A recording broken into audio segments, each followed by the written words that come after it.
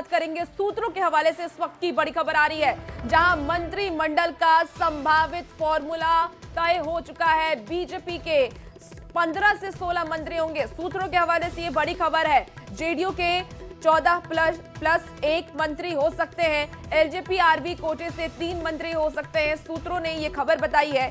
आपको बता दें कि आरएलएम और हम से भी एक मंत्री होंगे, तो 6 एमएलए पर 1 मंत्री का ये फॉर्मूला सेट किया गया है।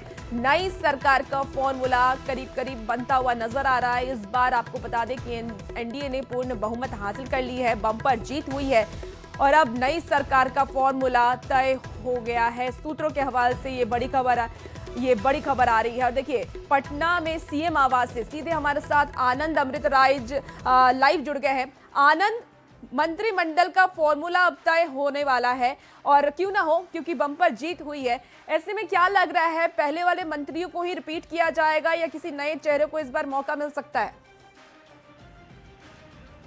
देखिए, नए चेहरे को मौका मिलेगा या पुराने चेहरे रिपीट करेंगे, ये तो 2-3 दिनों में तस्वीर साफ हो जाएगी। लेकिन एक खबर ये भी आ रही है कि कई मंत्री जो पिछले बार के सरकार में मंत्री थे, उनका पत्ता कट सकता है। इस बार कई नए चेहरे पे दाव खेले जा सकते हैं, चूंकि दोनों पार्टियों को एक बड़ी बहुमत मिली है और दोनों पार्टियों की कोशिश होगी कि ऐसे नेताओं को आगे किया जाए जो आने वाले भविष्य में जेडीयू हो या बीजेपी हो या फिर माफ कीजिएगा जेडीयू और बीजेपी हो, जिनके मंत्रिमंडल में पिछली बार थे, तो उनकी पूरी कोशिश होगी ऐसे मंत्रियों को आगे बढ़ाया जाए जो पार्टी को आगे लेकर बढ़ सके। इसलिए जो हमारे सूत्र बता रहे हैं कि लगभग आधे के आसपास के मंत्री का पत्ता इस पर कर सकता है। दूसरी महत्वपूर्ण बात कि एक मंत्रिमंडल का फॉर्मूला होता है। पिछली बार भी हम लोगों ने देखा था, इस बार भी जो हमारे सूत्र बता रहे हैं कि 6 का फॉर्मूला हो सकता है। अगर ऐसे हिसाब से देखें तो 15 6 90, अगर 15 से मल्टीप्लाई करते हैं 6 का तो 90 होता है और 89 सीट है बीजेपी के पास, तो उनके खाते में 15 सीट आ सकती है।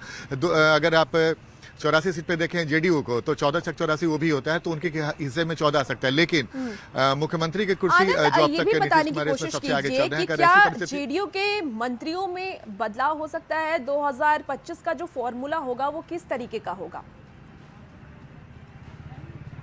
देखिए, जैसे कि मैंने आपको बताया कि पिछले बार मंत्रिमंडल में कई पुराने चेहरे मंत्री बनाए गए थे, लेकिन इस बार जैसे कि मैंने आपको बताया कि जेडीयू में परिवर्तन हो सकता है।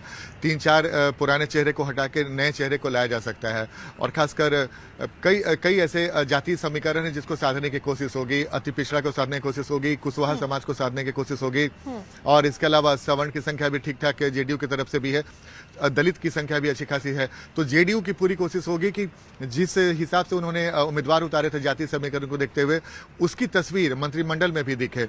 और इसी वजह से मैं आपको बता रहा हूं कि इस बार नए चेहरे की भी वापसी हो, नए चेहरे को भी मौका मिल सकता है। 4 के आसपास ऐसे मंत्री हैं जिनका पत्ता कट सकता है और उनके जगह नए मंत्री बनाए जा सकते हैं।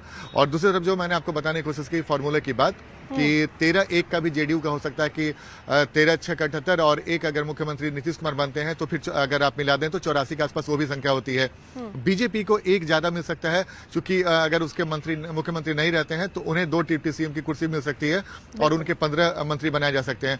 और लोजपा के 19 विधायक हैं तो उनके हिसाब से 3 जाएगी और एक दोनों आरएलएम और हम के पार्टी के खाते में मंत्रिमंडल का विभाग जाएगा। तो जाहिर सी बात है, बस अब कुछ घंटे की बात है, लेकिन जो फॉर्मूला है उस पर लगातार चर्चा चल रही है पटना से लेकर दिल्ली तक। कल भी पटना में जो जेडीयू के बड़े नेता थे, इस बार महिला वोट बैंक सबसे ज्यादा रहा है। महिलाओं ने 9% ज्यादा पुरुषों से इस बार वोट डाला है और इस वजह से बम्पर जीत भी हाथ लगी है। और खासतौर पर सीएम नीतीश कुमार की बात कर लें या फिर प्रधानमंत्री नरेंद्र मोदी की बात करें, उन्होंने कहा है कि महिला वोट बैंक की वजह से हमें बड़ी जीत हासिल लगी है।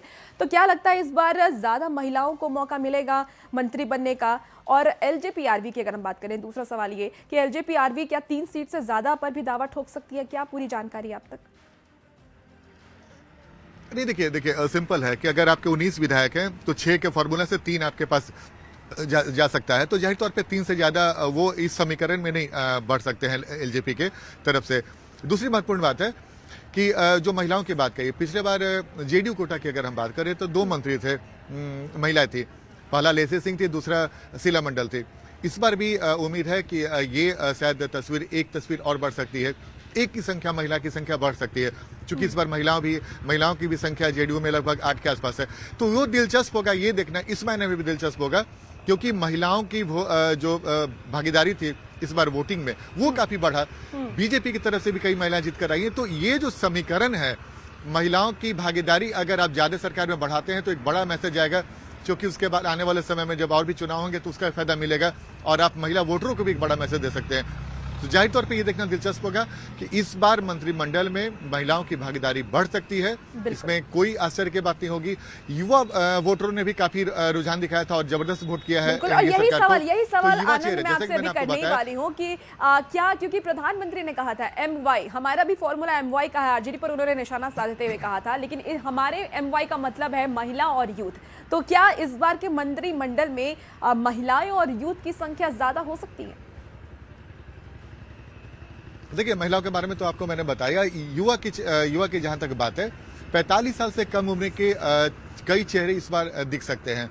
जाहिर तौर पे अगर आपके, जैसे कि मैंने आपको बताया कि बीजेपी और जेडीयू दोनों की कोशिश होगी कि अपने मंत्रिमंडल में उन्हें जगह दें जो आने वाले सालों में पार्टी को आगे बढ़ा सके। अगर आप बहुत बुजुर्गों पर अगर आप ध्यान लगाते हैं तो शायद उसका फायदा पार्टी को नहीं मिल सकता है। इसलिए मैंने आपको बताने की कोशिश कर रहा हूं कि युवा की भागीदारी बढ़ेगी, महिलाओं की भागीदारी बढ़ेगी, और जो अनुभव, ऐसा नहीं है कि सिर्फ युवा और महिलाओं की होगी, इसमें ऐसे अनुभवी लोग को भी शामिल किया जाएगा, क्योंकि नीतीश कुमार और प्रधानमंत्री नरेंद्र मोदी लगातार ये कई मंचों पर बोल चुके हैं कि हम आने वाले 5 सालों में बिहार को विकसित राज्यों की श्रेणी में शामिल करेंगे। ऐसे में आपके अनुभवी मंत्रियों की भी जरूरत बहुत ज्यादा पड़ेगी। अनुभव का, युवा का, महिलाओं का ये जो पूरा समीकरण बनाया जाएगा, एनडीए के मंत्रिमंडल में वो तस्वीर दिखेगी जिसका फायदा एनडीए की सरकार आगे उठा सके। क्योंकि अगर आप अनुभवी मंत्रियों को नहीं रखेंगे तो जो सारी परियोजनाएं चल रही हैं, जो योजनाएं चल रही हैं, उसमें दिक्कत आ सकती है। इस वजह से ज्यादा से ज्यादा युवा, महिलाएं और अनुभवी नेताओं को प्राथमिकता दी जाएगी, ताकि जो नीतीश सरकार है, नीतीश सरकार का एजेंडा भी साफ है कि जैसे वाले वो 100 दिनों का एजेंडा भी सेट करेंगे, 100 दिनों में हम ये काम करेंगे, तो दिलचस्प होगा।